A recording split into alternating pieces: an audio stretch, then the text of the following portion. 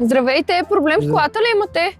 Не, тази кола не е моя. Един човек му остави да му я паза, отиде да си вземе масло, защото му харчава масло.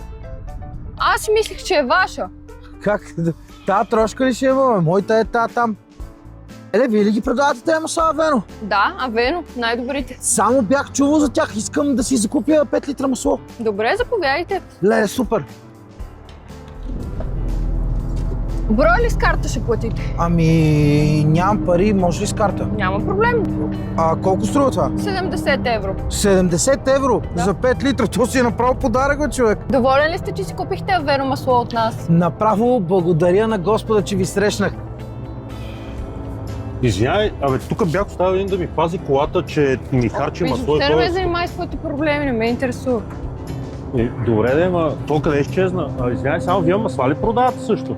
Авено, най-добрите на пазара. Ама и аз такова си купих. Имаш вкус поне за това. Какъв този клип, де се снимава в него? Клип ли? Какъв клип? Я да видя. Ние сме от Авено, най-добрите масла в България. Помагаме на хора в неравностойно положение. Днес срещнахме това момче до тази кола и той ни каза, че... Харчава масло. Попитахме го дали тази кола е негова и той каза... Тая трошка. Решихме да му помогнем, като му дадем едно масло, но в този момент разбрахме, че той всъщност... Нямам пари. Затова ние от Авено решихме да му направим подарък, за което той се зарадва изключително много. Направо подарък. Попитахме го дали е доволен от нашата постъпка. Благодаря на Господа, че ви срещнах.